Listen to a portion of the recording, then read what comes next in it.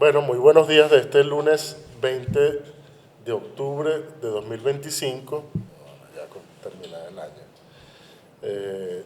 No han pasado, bueno, no, ya pasaron poco más de 24 horas de la canonización de José Gregorio Hernández. Ayer fueron los actos, yo no tengo mucha idea de cómo se le llamará eso, pero el equivalente de los actos protocolares en el Vaticano.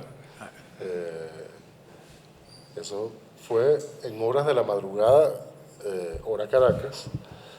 Y bueno, tenemos hoy para hablar sobre el otro José Gregorio, a nuestro amigo Carlos Ortiz Bruzual. Carlos, muchísimas gracias, hermano. Gracias, Reinaldo. Por acompañarnos. Tenemos mucha expectativa, hay mucha expectativa con esta conferencia por eso mismo, ¿no? Porque Carlos nos ofrece la posibilidad de aproximarnos a ese otro José Gregorio que no es el José Gregorio Santo, ¿no? Exactamente. Carlos es filósofo, editor y docente. Se ha desempeñado por más de 10 años como profesor de la Escuela de Letras de la Universidad Central de Venezuela, productor y consultor editorial con casi 30 años de experiencia. Ha trabajado en gestión de publicaciones en Fundarte, Biblioteca Nacional, Museo de Bellas Artes, en la Universidad Central de Venezuela, los libros del Nacional y en el Centro Nacional de Historia y en el CELAR. Y en el CELAR ahora, claro. Y en el CELAR ahora. Carlos publicó en el año 2000 este libro, José Gregorio Hernández, Cartas Selectas, en una edición de los libros del Nacional, y en el año 2021, Santa Palabra. José Gregorio Hernández por sí mismo. Esta es una publicación de Editorial Davar. Ahí tú hiciste la compilación y las notas que me comentabas ahorita, que es un trabajo que eventualmente quisieras continuar y profundizar. Sí. Este es un libro, repito, de 2021. Bueno, Carlos, de nuevo, muchísimas gracias, hermano, por esta oportunidad que nos das para hablar, para acercarnos a José Gregorio desde otra perspectiva. Te dejo en el uso de la palabra, hermano. Muchísimas gracias. Buenos días. Cuando hice este libro, hace 25 años, la motivación fue una razón estrictamente editorial. Yo estaba a cargo de la gerencia editorial de los libros del Nacional y mi trabajo fundamentalmente era garantizar que hubiera contenidos. Por esa razón siempre estaba buscando, indagando qué cosas podrían tener interés para la gente. Y en una línea en la que habíamos publicado, por ejemplo, a Aristides Rojas, a Carmen Clemente Travieso, porque eran figuras venezolanas que habían en su momento desarrollado una obra divulgativa, podría decirse, interesante. Recordé que había por allí unas cartas de José Gregorio Hernández y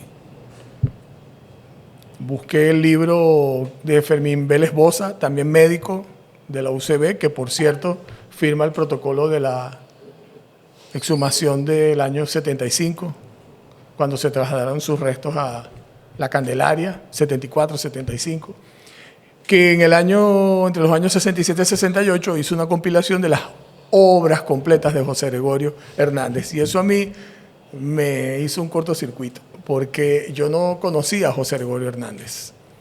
O sea, yo era un venezolano normal, alguien que no conoce a José Gregorio Hernández, que es lo normal, ¿verdad? Una persona como cualquier otra que ha oído toda la vida hablar de José Gregorio Hernández y que además, por haber crecido en una casa también normal, de gente católica, cristiana, con una abuela muy devota, José Gregorio Hernández era una presencia que siempre estuvo allí.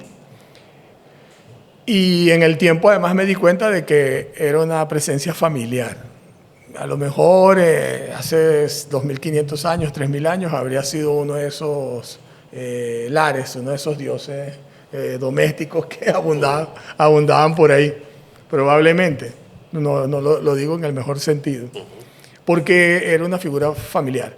Y bueno, me di cuenta de que esa figura familiar, tan cercana a la gente, que está en todas partes, además, literalmente está en todas partes, yo no sabía quién era. Y que hubiera un libro de más de 1000 páginas que se llamara Obras completas del doctor José Gregorio Hernández, a mí eso me intrigó.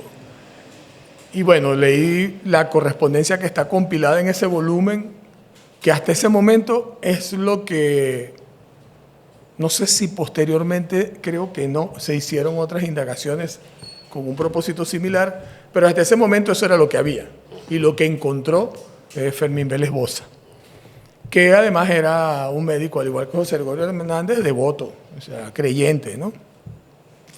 Bueno, lo cierto es que para mí fue una sorpresa revisar estas cartas por lo que me encontré ahí. La correspondencia es voluminosa porque ahí hay bastantes esquelas, notas, misivas de todo tipo que están relacionadas con asuntos cotidianos, cosas de trabajo, muchos asuntos que no son propiamente personales, pero hay un grueso de cartas personales, algunas personalísimas, como vamos a ver, en las que se revela una persona que no me esperaba. ¿Qué es lo que yo no me esperaba? Primero, que encontrarme con un intelectual, que habría que elaborar más la idea de que era un intelectual, pero sus cartas revelan eso. Que al mismo tiempo es un diletante, porque es un hombre que tiene un interés real en conocer la literatura, en leer literatura, pero con una convicción de que ahí hay algo de valor, que le interesa comprender eso, y entre otras cosas celebra que su dominio del inglés cada vez es mayor y por fin, y lo dice así, con signos de admiración, como un muchacho, está imaginándose lo emocionante que va a ser leer a Shakespeare en su lengua, por ejemplo. Entonces ya lo ha leído, pero lo quiere leer en su lengua. Y en ese momento en que él revela ese estado de emoción porque va a poder leer este clásico en su lengua original, uno percibe también por otros comentarios al diletante, es decir, el hombre que quiere saber, conocer, estudiar cosas, que tiene una inclinación por la literatura, por las bellas artes, por la música, porque lo disfruta, porque es algo que tiene que ver con su manera de disfrutar la vida, de una idea o ideal de buena vida, que pasa por tener acceso y comprensión de todos esos asuntos. Ese José Gregorio Hernández produjo y dejó por allí publicados algunos trabajos literarios que se publicaron en el Cojo Ilustrado en 1912, todos en 1912. Junio, julio y septiembre de 1912, él publicó 3 cuentos que se titulan En un vagón, Los Maitines y Visión de Arte, o En un vagón, Visión de Arte y Los Maitines, en ese orden. Y son cuentos que oscilan entre un ejercicio de estilo, una búsqueda expresiva que toca lo poético y una intención ejemplarizante. ¿En qué sentido? A José Gregorio Hernández le preocupaba mucho lo que podríamos llamar el estado de alma de la gente en general, igual que le preocupaba mucho el orden de cosas en términos políticos y sociales. Y aunque él no fue un hombre que se sepa, porque no hay, al menos registrados, testimonios de eso hasta donde he podido ver, y bueno, he tenido 20 años para buscar, por lo menos, si no 20, más de 15, digamos.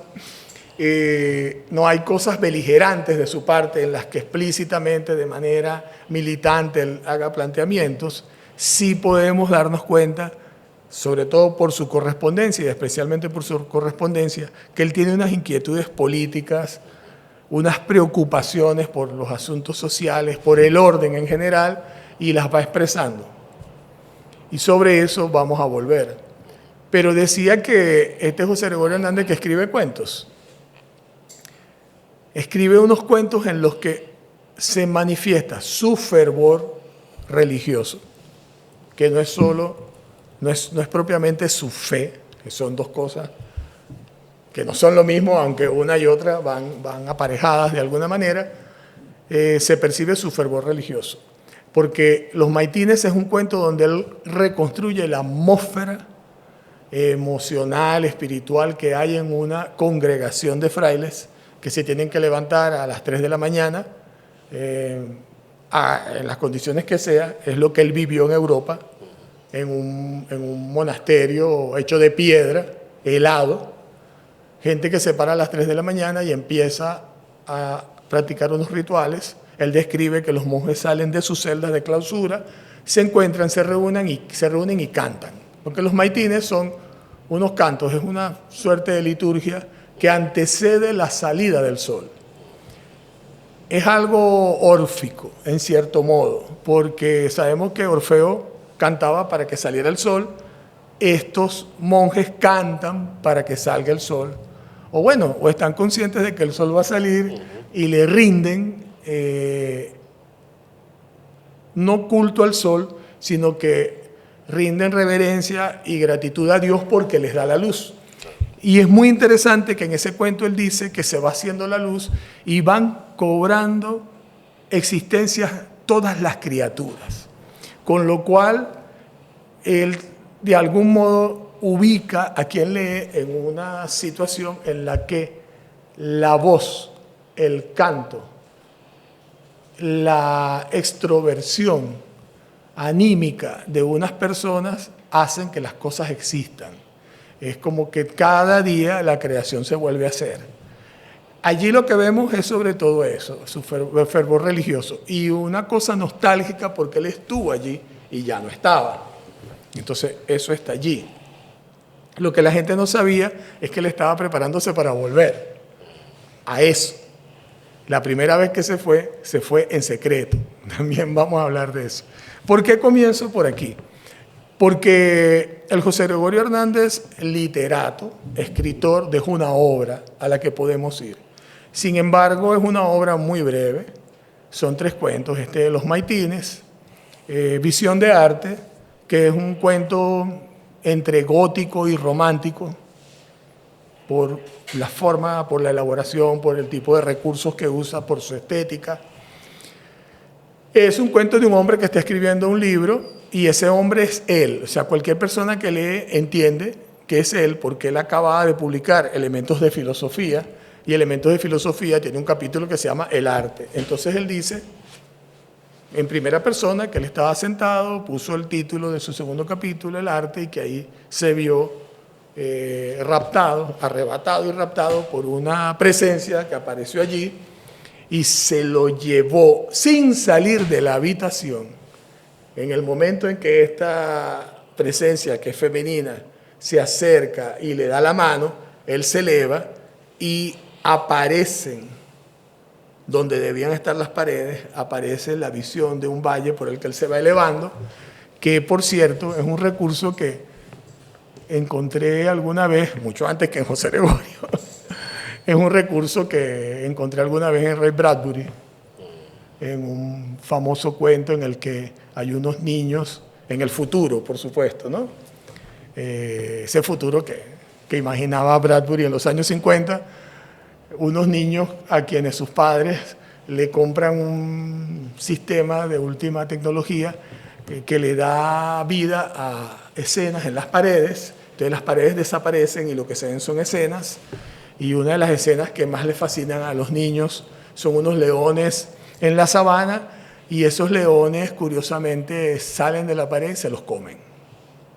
Que se parece a ese cuento de García Márquez de la luz que va inundando la habitación. Entonces lo que quiero decir con esto es que en ese cuento de Visión de Arte hay unos asuntos narrativos, estéticos que son muy interesantes realmente.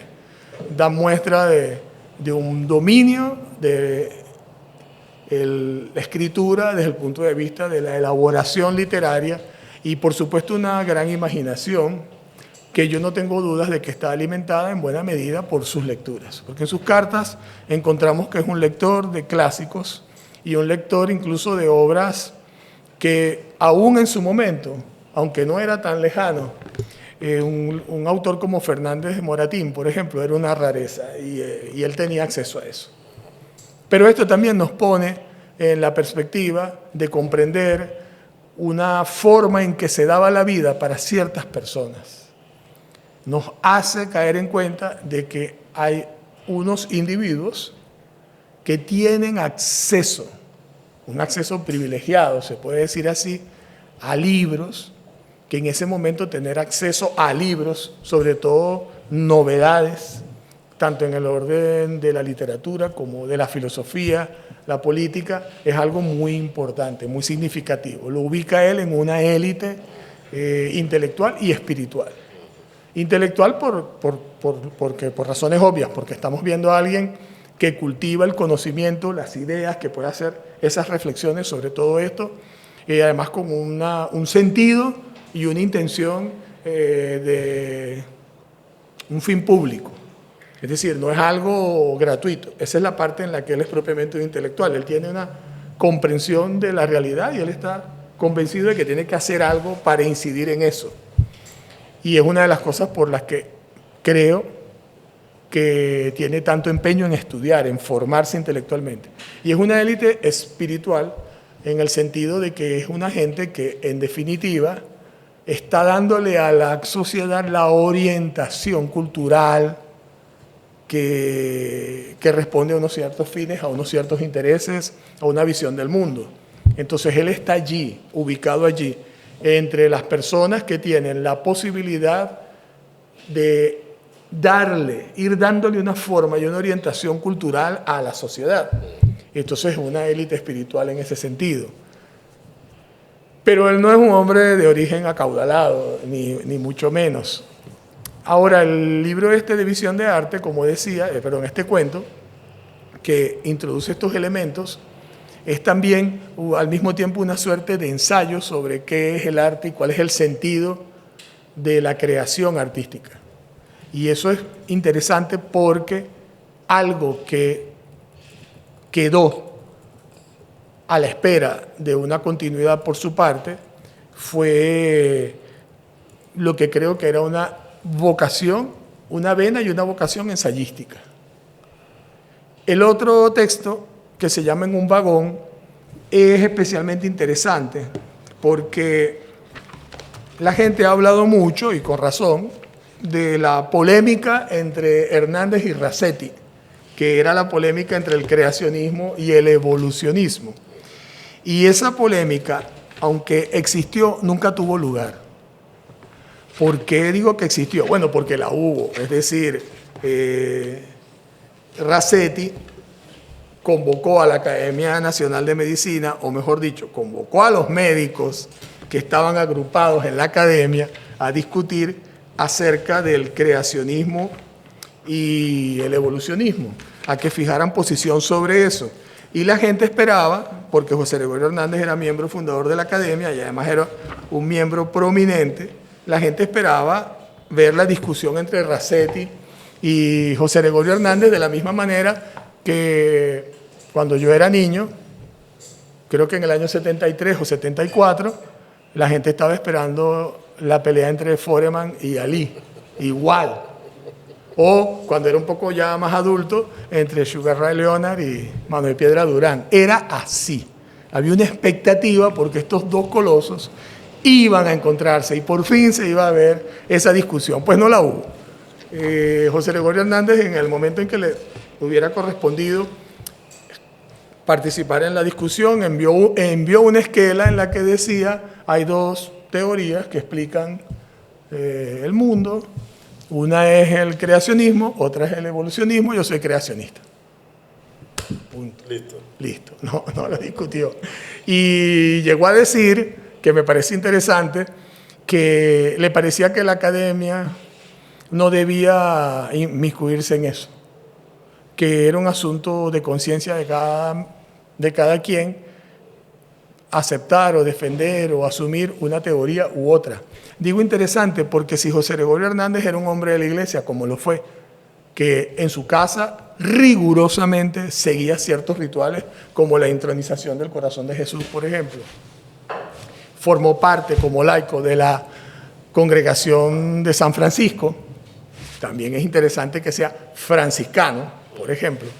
Si él es ese hombre que podríamos decir, bueno, que representa unos valores conservadores, ¿por qué a él le parece que cada quien debería libremente decidir por qué teoría o por qué visión opta, mientras que Luis Racetti, que es la encarnación del progresismo, del libre pensamiento, de la ciencia más avanzada, de la filosofía, bueno, no la filosofía, vamos a hablar de eso, digamos, de la teoría o concepción del conocimiento más liberadora, que en ese momento era el positivismo, porque él sí quiere y combina a que la gente se pronuncie sobre eso. Entonces él parece ser el conservador y José Gregorio Hernández parece ser el libertario, digamos así. Bueno, él escribió finalmente un cuento que se llama En un vagón, no está aquí el que está es Visión de Arte, y ese cuento que se llama En un vagón es muy interesante porque lo que cuenta es que hay un hombre que entra al tren y frente a él se sientan una señora con su hijo y un hermano de la señora. Y el niño, o el muchacho, no es un niño, es un muchacho adolescente, está leyendo y la mamá dice que le preocupa que él siempre está leyendo y entonces el tío le dice, bueno, pero que está bien, que es lo mejor, y ella le dice, es que a mí no me preocupa es que esté, en realidad que esté leyendo, sino las ideas extrañas que está adquiriendo con esos libros, porque el muchacho está empezando en la universidad. Entonces el tío empieza a conversar con el muchacho, porque el muchacho lo que dice, tío, es que yo quiero saber. Y él le dice, muy bien, tú quieres saber, y le empieza a hacer preguntas. Bueno, el diálogo entre el tío y el sobrino es el diálogo que públicamente nunca tuvo José Gregorio con Racetti. Lo puso allí. ¿Qué hizo él? Puso al sobrino a hablar como hablaría Racetti o cualquier positivista. Ponía al sobrino a plantear una serie de asuntos, todos fundados en la ciencia, la más rigurosa, en lo último que se ha dicho sobre ciertos asuntos, y a su tío hacerle una serie de preguntas para ver si el sobrino cae en cuenta de lo que implica pensar de esa manera y en qué medida pensar de esa manera puede o no contravenir unos asuntos que son valiosos, que son los que en su carácter de joven formado en una familia de bien son los asuntos que tienen valor. Entonces, con esto lo que quiero recalcar es que este hombre adusto, era andino después de todo, severo, que tendía al retraimiento, aunque al mismo tiempo era fiestero, irónico, con mucho sentido del humor, que cuentan que a Racetti siempre le metía en el flux una estampita de la Virgen cuando lo veía, toma, para que te cuide, porque sabía que el otro no quería eso, que no quiere públicamente entrar en la polémica, lo hace. Lo hace por esta vía, en primer lugar, es decir, un cuento que a sabiendas de que él es una persona, porque lo era, y él estaba consciente de eso, una persona influyente, reconocida, que además sabía que estaba causando sorpresa, porque incluso en algún momento, el que en ese momento era presidente de la Academia de Medicina lo dice, el doctor Hernández parece estar acostumbrado a darnos sorpresas, ahora también es filósofo, escribe cuentos, él sabe que eso lo va a leer la gente, sobre todo, él sabe quién lo va a leer, porque también hay que ubicarse en quién podía leer, comprar y leer El Cojo Ilustrado. Cierta gente con la que él va a debatir. Y allí, él pone allí, en ese cuento, ese debate. Hace lo que hizo Platón con Sócrates. Es decir, tomó a Sócrates, lo trajo para acá, como sabemos, ¿no? Y lo puso a discutir ahí con un montón de gente que la gente sabía quiénes eran, digamos. Él hace algo como eso. Y es muy interesante la discusión porque una de las cosas que ves allí es la comprensión que él tiene de ambas cosas, de ambos discursos. Obviamente el el del creacionismo o el de la fe, porque él es un hombre de fe, un hombre de la iglesia, al mismo tiempo que es un hombre de la universidad, y el del positivismo porque lo ha estudiado.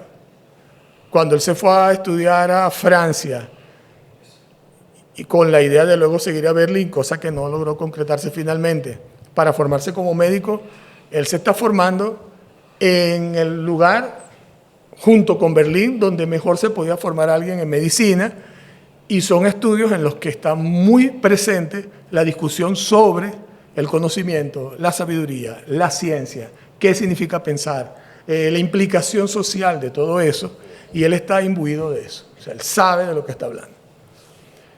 Ese José Gregorio Hernández, escritor, es al mismo tiempo un autor divulgativo con mucha pericia, tiene el acervo, como le decía a mi profesor Arnaldo, a lo que la gente llama el background. Siempre decía que la gente tiene un acervo, o sea, tiene la formación, el conocimiento, el bagaje, la conciencia del público, sabe a quién le escribe, sabe a quién le habla, sabe por qué, y un dominio realmente impecable de la escritura. Y es al mismo tiempo ese escritor literario que también tiene una conciencia de los recursos narrativos, poéticos, que sabe trabajar el lenguaje de forma expresiva. Ese José Gregorio es autor del libro Elementos de Filosofía, que tiene la particularidad de ser un libro sobre filosofía que se agotó.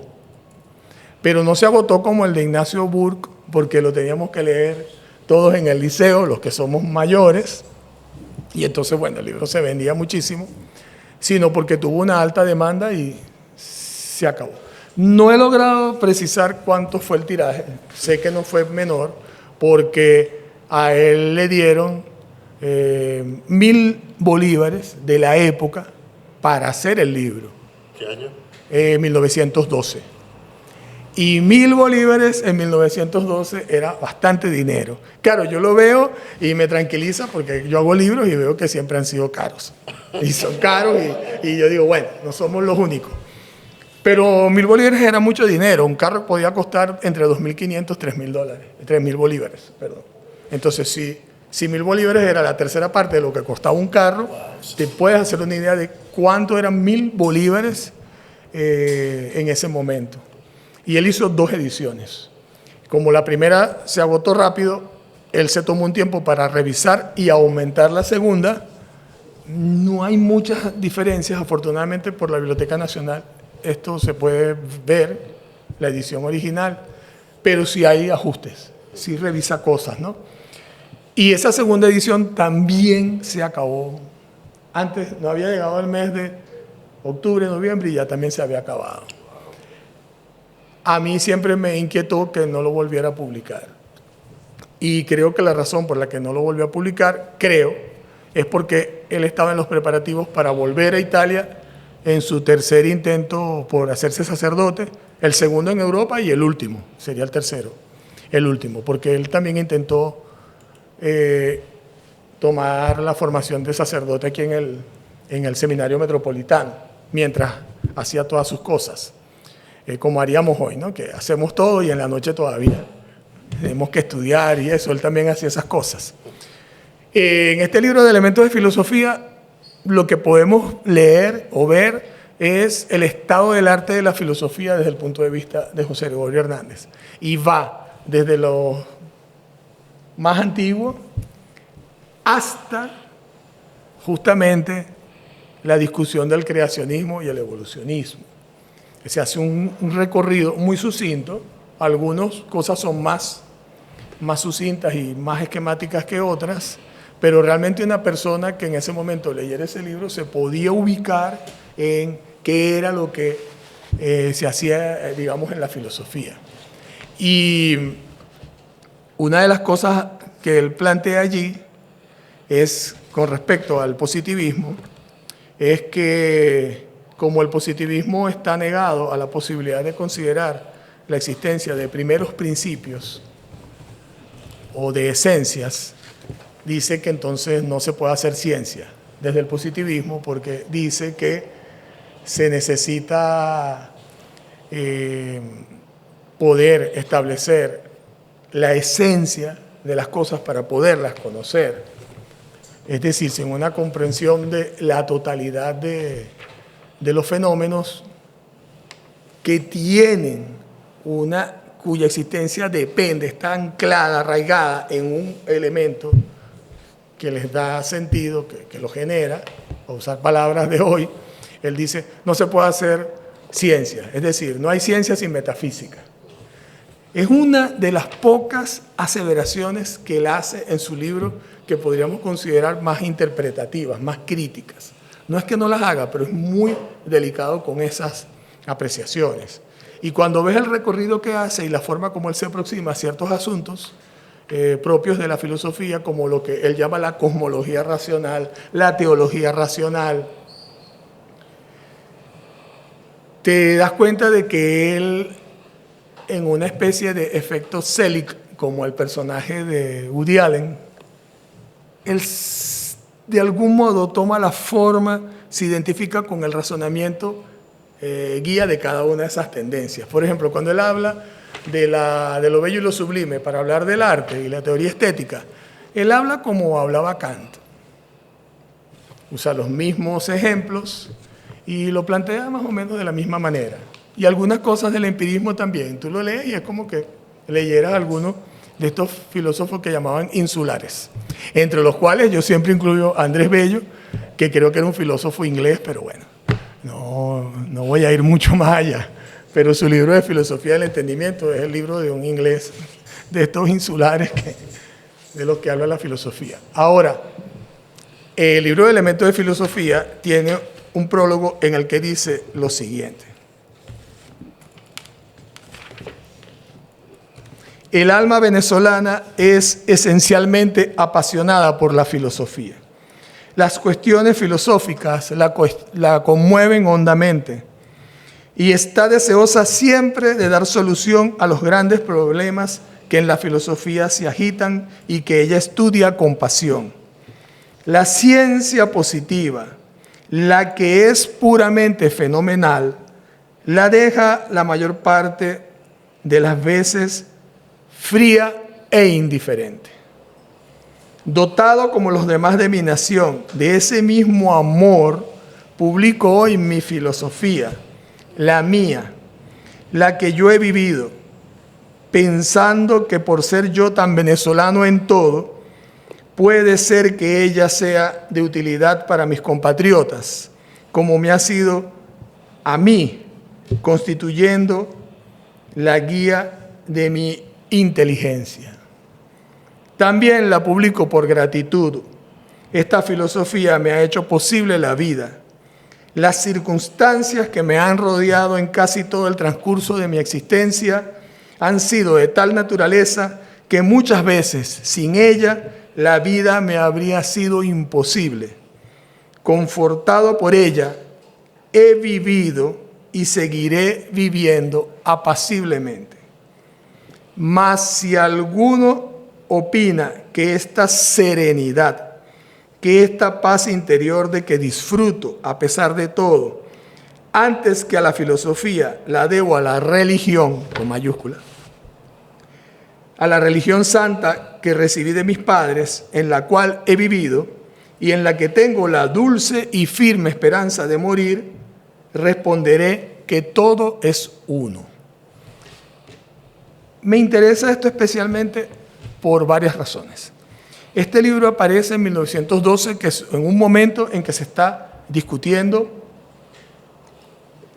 un proyecto de reforma de lo que se llamaba en ese momento estatuto o reglamento de instrucción pública, que plantea, entre otras cosas, que no se sigue impartiendo filosofía en la universidad.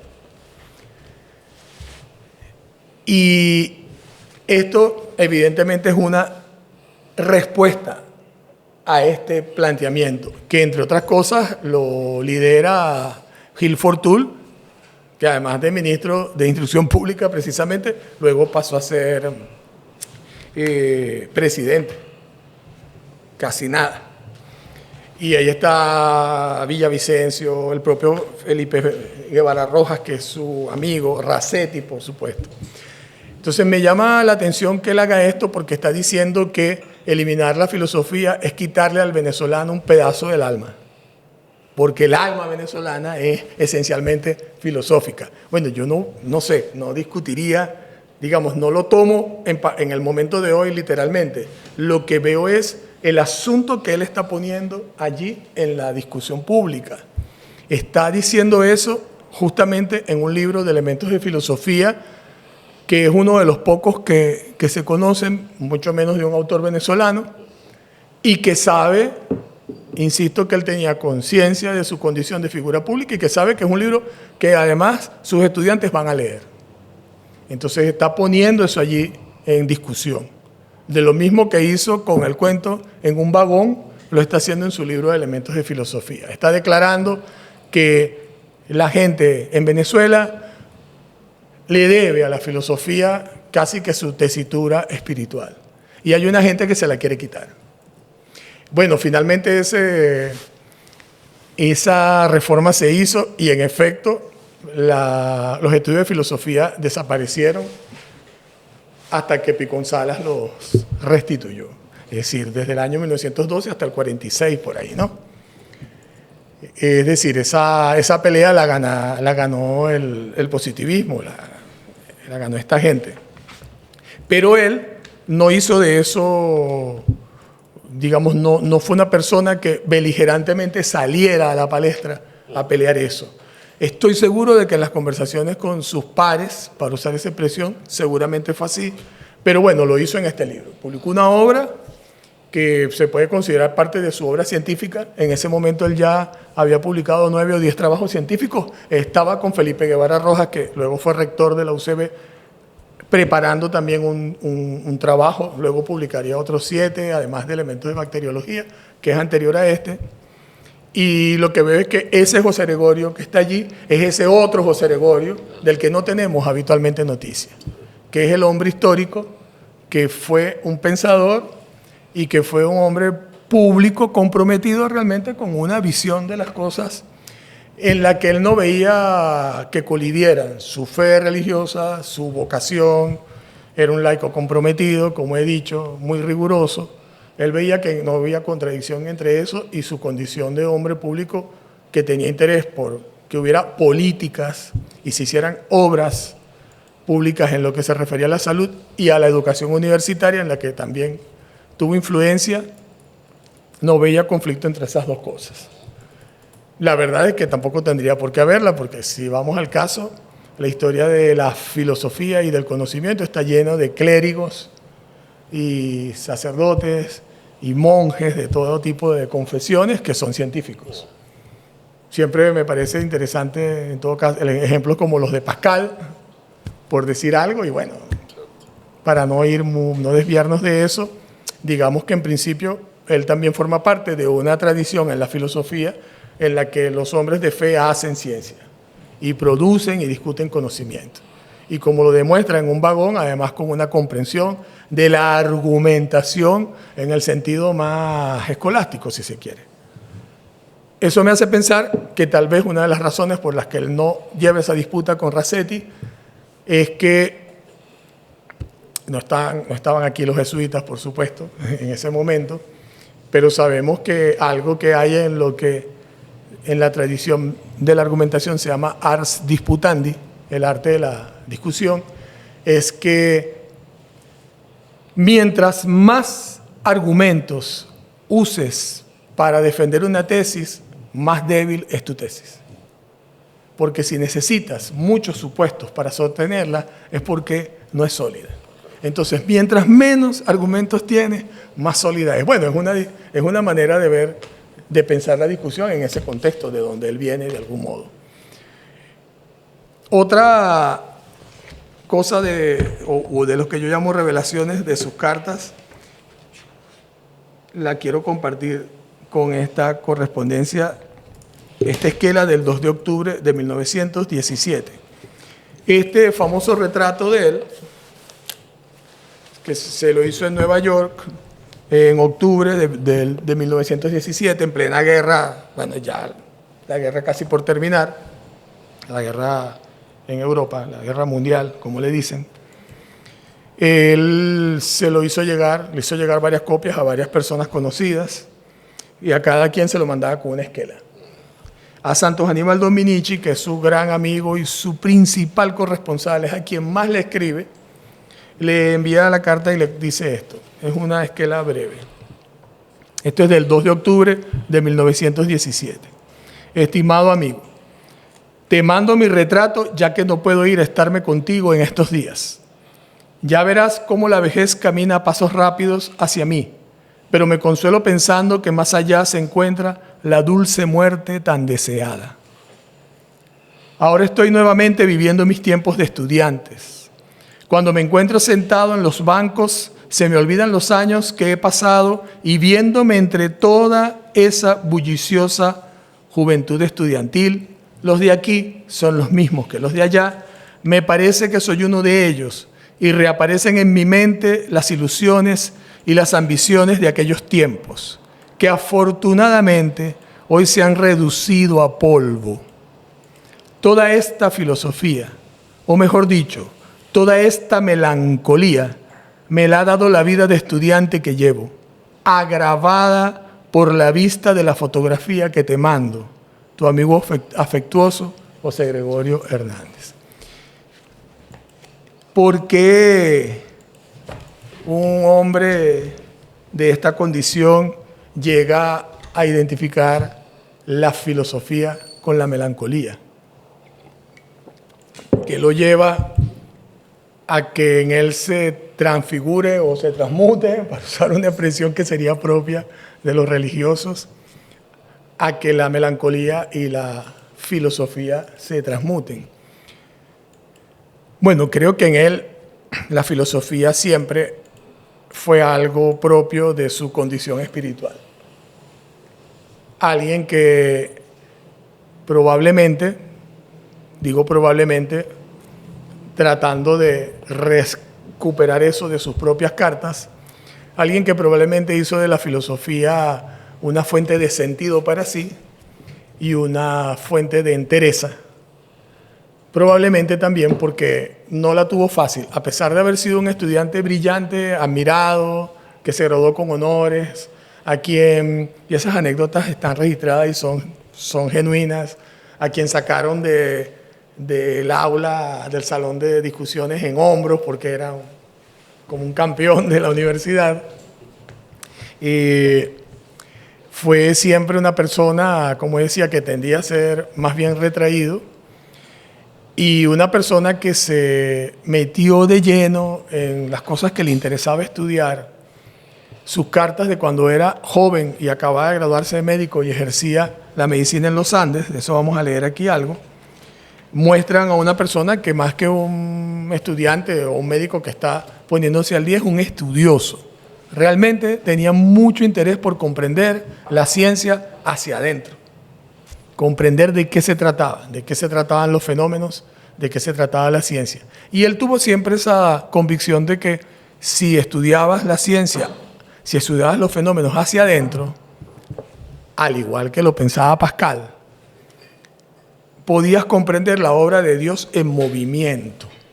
Ahí veías la evidencia de cómo la obra de Dios no necesitaba de nadie para moverse, para estructurarse, etc. Lo digo en asociación con Pascal, porque Pascal tenía esa convicción de que si uno tuviese los instrumentos para mirar lo micro, uno encontraría que lo micro en algún momento iba a ser idéntico a lo que estaba arriba, que hoy lo hemos visto con las fotos de las neuronas y de las galaxias, que las ves y la estructura es similar. Pascal tenía esa convicción. ¿Cómo era que cerraba el cuento? Todo es uno. Todo es uno, el prólogo del libro Elementos de Filosofía. Entonces, lo que quiero llamar la atención sobre esto es que, bueno, hay que ver a José Gregorio Hernández como un hombre que también es un filósofo, no solo porque haya estudiado la filosofía. Él fue discípulo de Monseñor Juan Bautista Castro, que fue autor de un libro que se llamaba Nociones Elementales de Filosofía algo así que publicó años antes y que estaba dedicado a la teodicea, con lo que se ve el interés que tenía también por fijar una posición con respecto a un asunto tan fundamental en la historia o en las ideas, ¿no?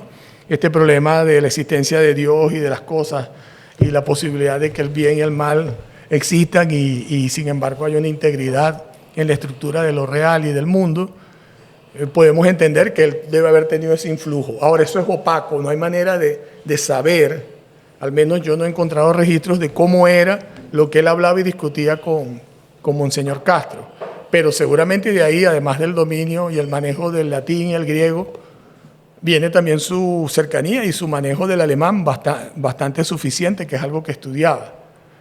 El inglés, el francés y el italiano, evidentemente, eran lenguas que tenía que manejar porque viajaba y porque estaban muy vinculadas con sus intereses académicos, formales, pero las lenguas clásicas estaban en la base de esa formación que seguramente tuvo con Juan Bautista Castro.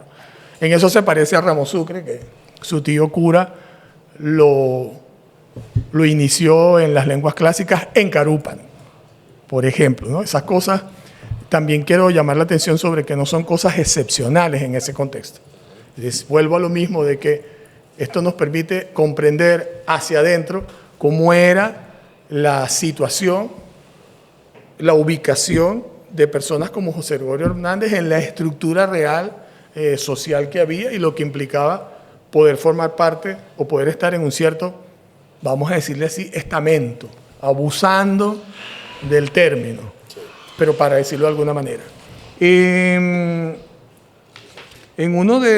sus cartas, las que escribe cuando es muy joven, 1888, y está en los Andes, nos encontramos con cosas como estas. 20 y tantos años.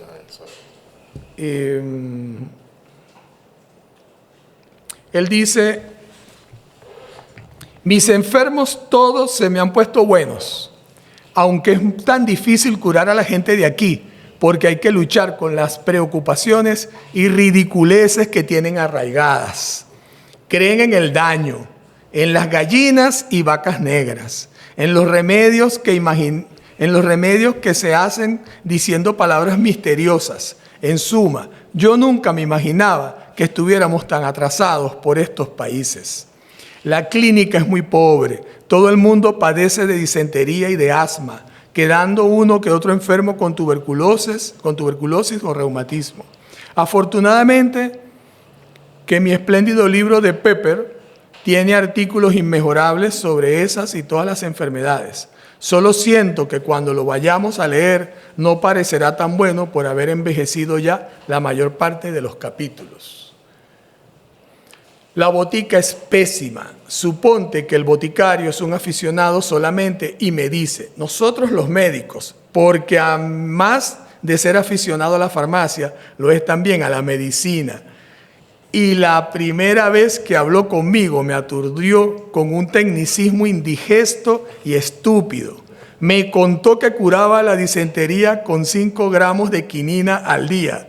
Y como yo me asustara, me tranquilizó completamente y me aconsejó que así lo hiciera, ya que la IPECA no daba resultados. Quien no da resultados es él. Y quien está llenándome de fastidio, afortunadamente, que yo no he de quedarme aquí, sino que, como dije, iré a Valera. Bueno, todas estas cartas están llenas de este tipo de aseveraciones y son un diagnóstico de aquello con lo que se encuentra. Bueno, y dan cuenta también de su mentalidad, de la manera como él percibe y ve esto.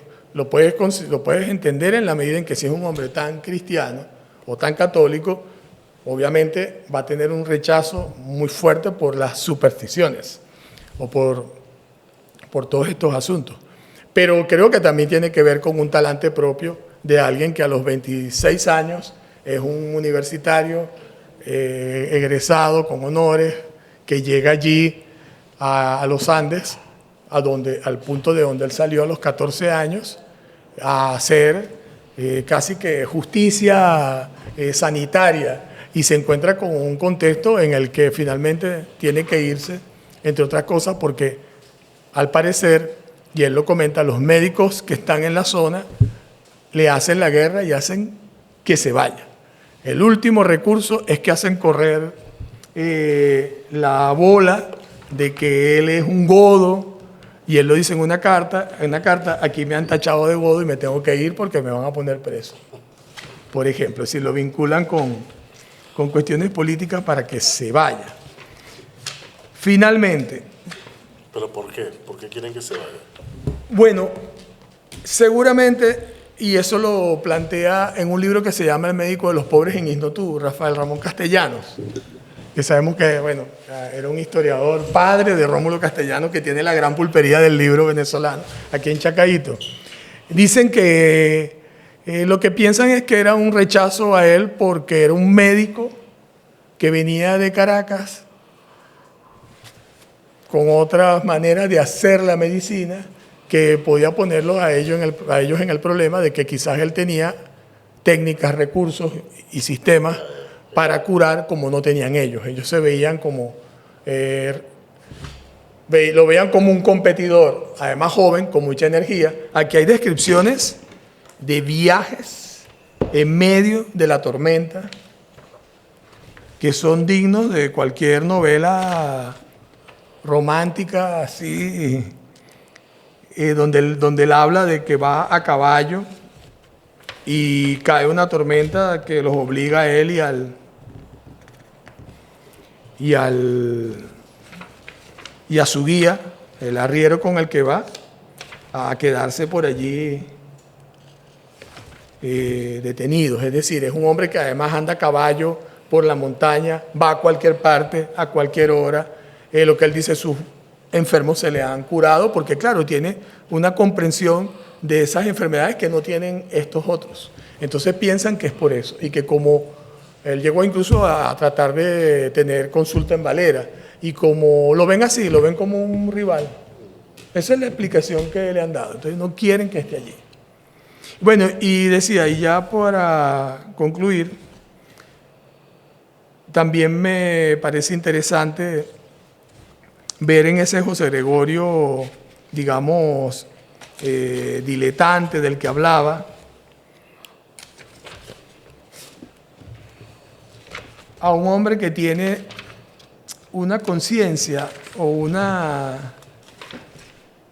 tiene muy arraigado el sentido de lo social, también en un sentido más conservador, ¿no? Más de valores, pero que no hace sino retratarlo coherentemente como un hombre de su condición. Por ejemplo, esto le escribe a su sobrino, querido Benjamín. Al llegar aquí te mandé, escribe desde Madrid el 16 de julio de 1917. Al llegar aquí te mandé una bolsa de disección. Después te mandé un Ramón y Cajal, que espero ya habrás recibido. Ahora te mando un corte de vestido que deseo que lo hagas de sport, que es la gran moda hoy en toda Europa y Nueva York. Es un saco que lleva en la espalda un cinturón. Siento no tener en este momento un modelo bueno, sino una caricatura de un anuncio de jabón. Pero en ella puedes ver la forma para que se la expliques al sastre. Los pantalones son doblados abajo. Es muy elegante. Te mando también una Chevalier, que es una sortija con el escudo de armas de tu familia. Deseo que siempre la tengas puesta. Si tus condiscípulos te preguntan del escudo, les dices, es un escudo que tenían mis abuelos antiguamente, para que no se burlen de ti. En el Ramón y Cajal te mando un atlas de bolsillo en inglés para que te acostumbres a leer en inglés también. Consérvate bueno, como dice Séneca en las cartas a Lucilio, que es su sobrino, siempre concluye diciendo, consérvate bueno. Al menos en la versión como se ha traducido al español. Creo que esto no es gratuito. Consérvate bueno. Tu tío que te abraza, Grego. porque además él firmaba Gregorio, Hernández, según fuera el asunto, ¿no? Él no se dirige por igual a todo el mundo. Tiene una forma de expresarse cuando le escribe a Dominici o a los sobrinos, a los hermanos. Y con esto del sobrino, vuelvo a lo del cuento en un vagón, vemos por qué él construye ese cuento presentando un tío que orienta a su sobrino. Es mucho más lo que habría que escuchar de la voz del otro José Gregorio, pero sobre todo me parece interesante ir a sus cartas para precisamente escucharlo a él y tratar quienes tengan el interés o incluso hasta quienes tengan la posibilidad, porque a veces uno no puede ponerse a hacer ciertas cosas, pero me parece interesante que a partir de allí se puedan rastrear asuntos que hablan mucho de nosotros y de ese momento, pero a los que habitualmente no tenemos mucho acceso. Muchas gracias.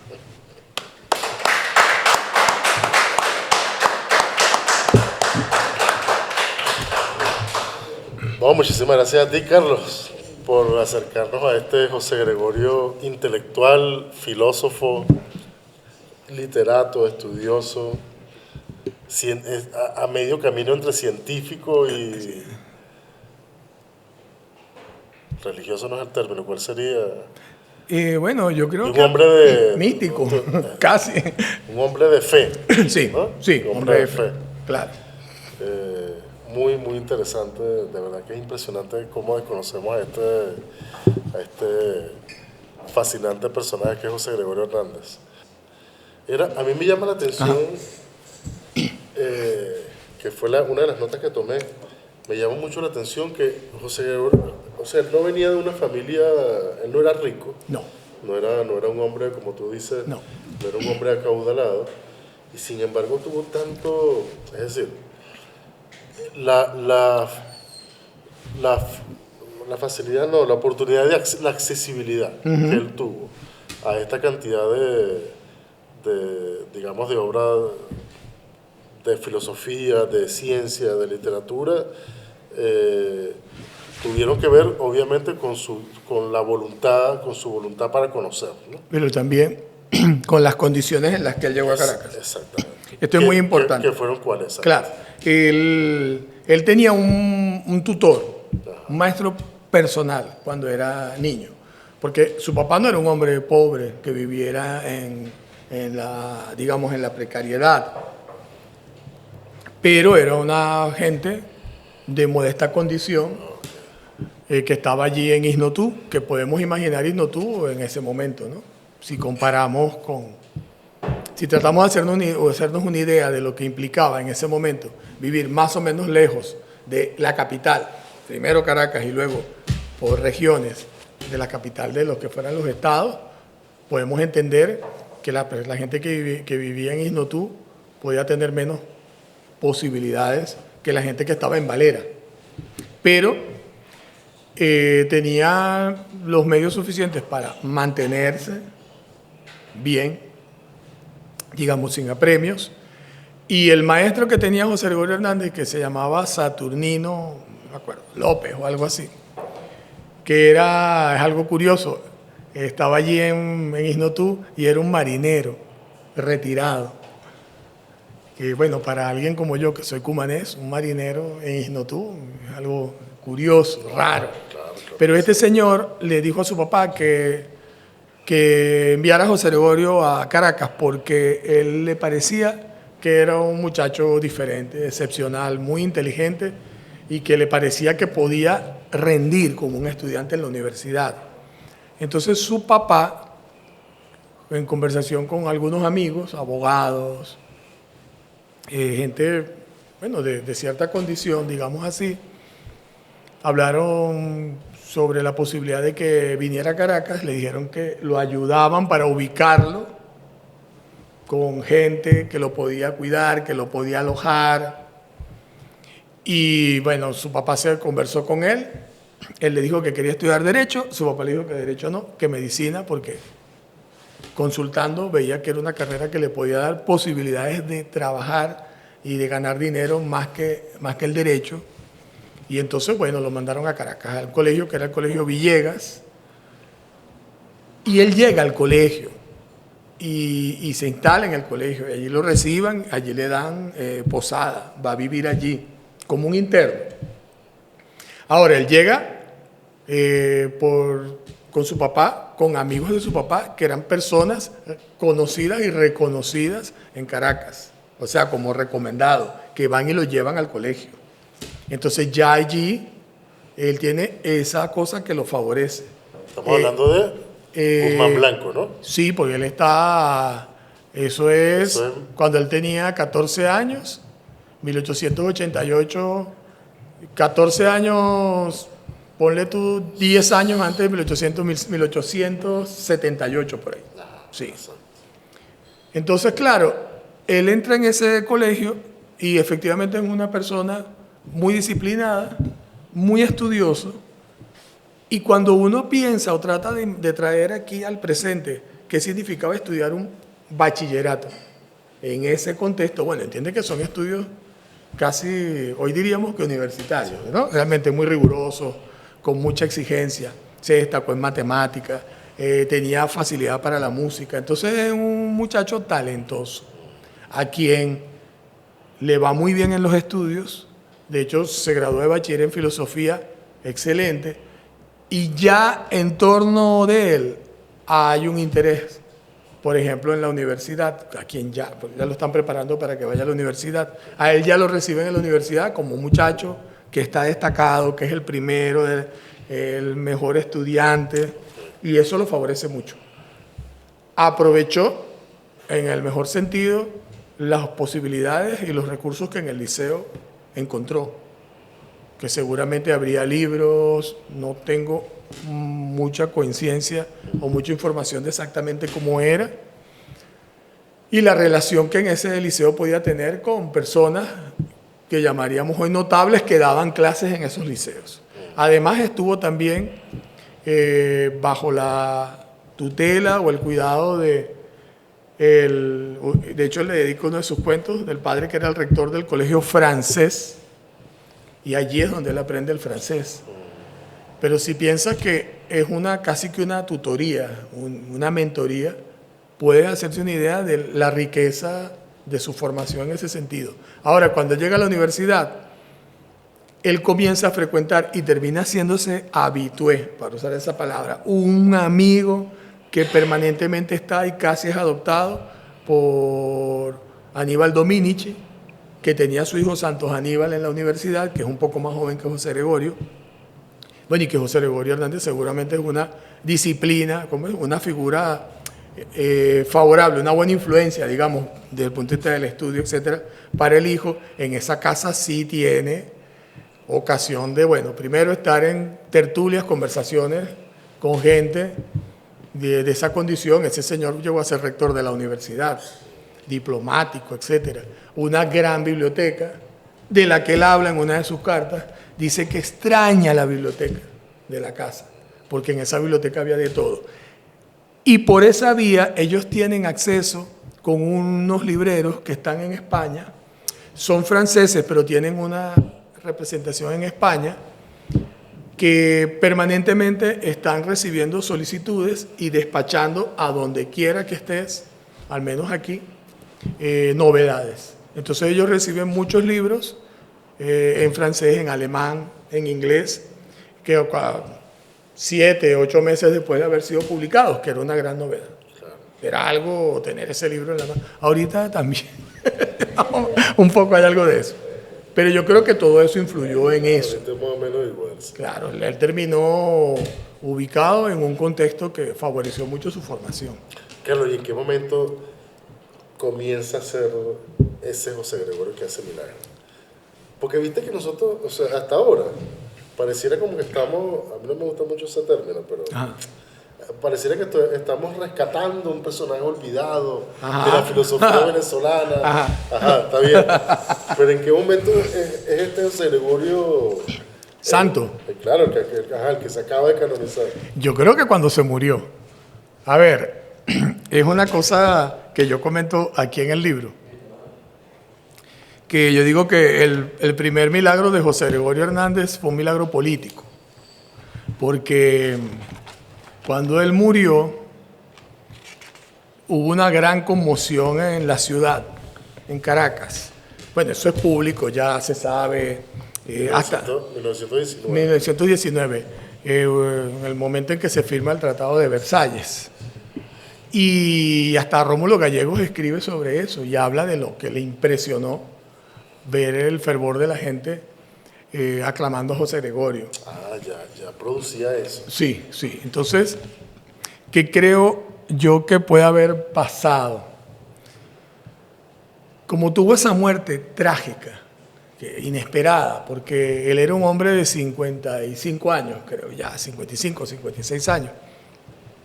Estaba cumpliendo, de hecho, creo que 30 años de haberse graduado de médico el mismo día en que lo atropelló el vehículo, este carro, que no era el único carro que había en Caracas, eso no es cierto. La gente siempre dice eso, eso no es cierto, había bastante. Ayer hubo un debate en mi casa al respecto. Sí, pero no es así. No es así. Había carros, había unos cuantos. Para la gente fue una cosa impactante, sin duda. Es decir, pienso que en parte está el hecho de que haya tenido esa muerte trágica, que por trágica es inesperada también, ¿no? La gente se entera de eso y la reacción, que todos los testimonios son así, están hasta las fotografías del Cojo Ilustrado, de que es un entierro multitudinario, que se habla de que fueron 30.000, 50.000 personas, muchísima gente, y el entierro salió desde la casa de su familia, en La Pastora, a las 9, 10 de la mañana, y llegó al Cementerio General del Sur a las 9 de la noche. Entonces eso da una idea de qué fue esa manifestación de gente. ¿Qué pasa allí? La universidad tenía 7 años cerrada, porque justamente coincidiendo con esa reforma de la educación pública, en la universidad se estaba discutiendo una reforma del sistema de ingreso, escalafón. Eso generó una serie de conflictos y la cerraron. Cerraron la universidad, que ya desde 1909 venía con las delpiníadas y todo eso, alborotos que hacían los estudiantes, ya venía generándose, digamos, problemas allí. Entonces la cerraron. Y los estudios de medicina, por ejemplo, quedaron dispersos por allí en algunos puntos donde ibas a estudiar, pero que eran pagos. Hay unos problemas. Eso generó muchos problemas. Ahora, yo creo que no puedo dar fe de ello. He encontrado algunas referencias a que puede haber sido así. Creo que una de las cosas que ocurrió fue que allí había la gente de la UCB, estudiantes, seguramente muchos de sus estudiantes que se habrán quedado sin profesor, gente que estaba fuera de la universidad porque estaba cerrada y no tenía cómo costearse otros estudios. Esa gente empezó también, en medio de la multitud, a arengar que José Gregorio Hernández fuera a que la universidad le rindiera tributo, que se le reconociera quién era, pero la universidad estaba cerrada. Y la noche del funeral, digamos, primero fueron podríamos decir así, las exequias, pues el velatorio y luego el entierro. En la noche, algo así como a las 9 de la noche, el gobierno emitió un decreto diciendo que se abría el paraninfo de la universidad para rendirle honores al doctor José Gregorio Hernández. Claro, en el gobierno, en el alto gobierno, había gente de la universidad también, que fueron sus compañeros, o en todo caso eran figuras como de su misma condición. Pero la presión, hay que imaginarse cómo habrá sido la presión que habrán dicho, bueno, habla el paraninfo.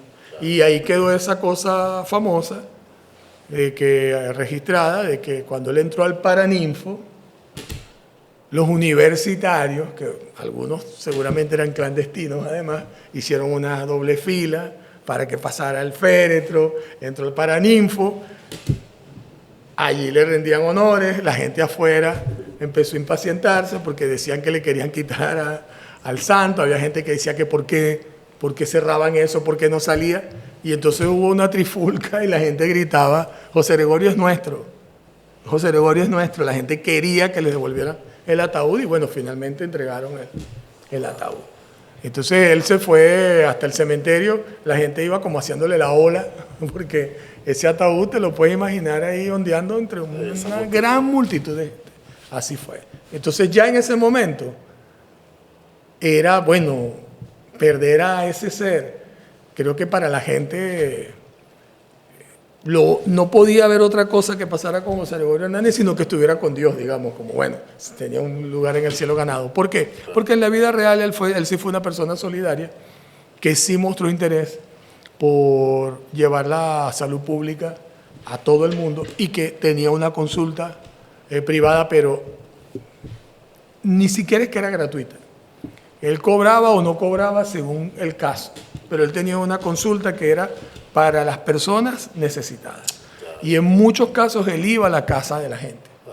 Y le preguntaba, le ponía la mano aquí y ver a un señor de esa condición entrar a tu casa, que es una casa pobre, donde no hay nada, a preguntarte cómo estás, qué pasa contigo, qué piensas.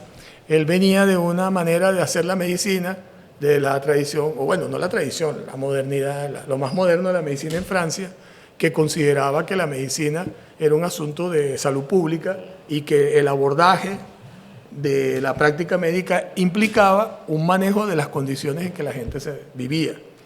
Y entonces, de algún modo, él era una especie de, bueno, también de terapeuta, en el sentido de que la gente sentía que un señor, ese médico tan importante, era famoso. Iba a tu casa, te preguntaba cómo estaba. Claro, cómo estaba, y te decía que limpiara la casa, te regañaba, estaba pendiente, ¿por qué haces esto? Bueno, tenía esa fama. Y al morir, creo que la gente sintió que se les murió el médico de ellos, el médico de los pobres, que también es una tradición de los franceses, lo del médico de los pobres. Hay hasta un famosísimo manual de medicina para los pobres que publicó un médico y algo así como en un año, 2 años, tenía como 30 ediciones, que era que planteaba el asunto de que tenía que haber una manera de llevarle a la gente la medicina, aunque no tuviera la posibilidad de pagarla, por ejemplo. Y José Gregorio Hernández estaba en esa línea. Y entiendo que hay otro elemento, que es que era un hombre que se hacía notar por su vestimenta, ¿no? ¿Cómo es el tema de la...? En un momento de su vida. Tú lo leías un poco ahí con la... Lo de los sacos. Lo del saco. Te estoy mandando lo último, lo que se está usando aquí. Sí, él es famoso por ser un hombre que dicen que llegó a confeccionarse ropa. Lo que sí es cierto es que él aprendió a cortar la ropa, que es una cosa complicada. O sea, cortar un flux, un traje, es una cosa delicada. El hombro tiene, ¿cuántas? 14 piezas, una cosa complicada. Y él cortaba eso y le llevaba eso al sastre para que le hiciera la ropa como él quería. Cuando él regresó de Italia, la segunda vez, 1900, perdón. Monseñor Nicolás Navarro, que era un médico, un sacerdote, historiador, importantísimo, muy reconocido, llegó a ser presidente de la Academia Nacional de la Historia.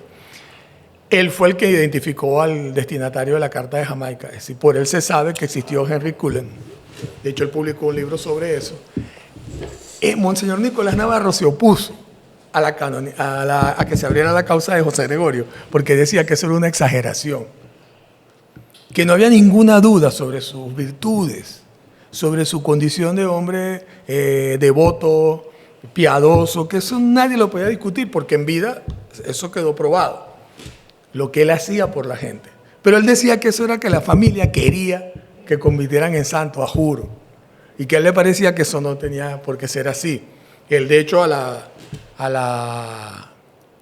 conferencia episcopal o a la instancia de la iglesia que se ocupaba de la causa, que se empezó en 1949, él envió por escrito su testimonio de por qué él consideraba que no debía abrirse esa causa y llevarse adelante. Y una de las cosas que dice Monseñor Navarro allí es que él dice, este caballero, desde que volvió de Italia, en la capilla, recibe gente que viene a verlo y a preguntarle qué le pasó, y entonces él pasa horas allí contándoles, hablando de cómo vivió todo, y él dice con unos trajes elegantes, arreglado, como, no usa la palabra porque quizás no tenía esa referencia, pero él lo que dice que es que este hombre, que estaba todo el día allí, en un estado, primero decía, un estado melancólico, como que estuviera, no sabes, contemplando qué, de repente se animaba, era porque llegaba la gente a hablar con él, y recibía gente y gente, y él decía, ataviado de esa manera, como si fuera una estrella pop, algo así. Y él eso le molesta mucho. Dice claro, que eso muestra que, ¿qué pasa con eso? Él lo señala. Es decir, junto con los testimonios que hay de que él se vestía de manera escandalosa, con unos colorinches, que usaba medias coloradas, que llegó a declarar una vez que eso lo hacía por penitencia, porque él sabía que si él se vestía así, podía verse hasta ridículo y la gente se iba a reír de él, lo iba a cuestionar, iba a hablar de él. Wow. Y entre otras cosas, eso iba a evitar que mucha gente dejara, eso iba incluso a facilitar que mucha gente dejara de estar hablando de los demás. Monseñor Navarro dice, no es verdad, y yo creo que no, él dice, Monseñor Navarro dice, y él quiere hacer pasar eso como un acto de penitencia, de humillación, o sea que es un dato fidedigno. Sí, sí. Pero en efecto, yo creo que eso tiene que haber influido mucho el tiempo que estuvo en París originalmente, que todavía el dandismo, aunque ya no es... iba a decir, un dandy, claro, un dandy. Exactamente, él era un dandy. Aunque el dandismo ya no estaba en auge de esa manera, estaba. Y él estuvo un tiempo que, bueno, tenía una ropa así muy elaborada. Pero es después, es en ese regreso de Italia en el que él viene. La verdad es que él vino muy mal en el sentido de, fue un golpe muy duro para él no poder hacerse sacerdote. Y lo que describe Monseñor Navarro hace pensar que, bueno, le afectó tanto que iba a la capilla porque estaba triste y se quedaba allí horas en estado contemplativo, pero cuando llegaba gente, entonces como que él se animaba y empezaba a hablar con la gente así como, y les contaba a las personas cómo fue la situación, por qué se vino, cuando se enfermó. Bueno, y a Monseñor Navarro le parecía que eso era una cosa inaceptable. Sí. Qué bueno, qué bueno. Bueno, muchísimas gracias. No, gracias a ti, Reinaldo. Muchas gracias. Muchas gracias.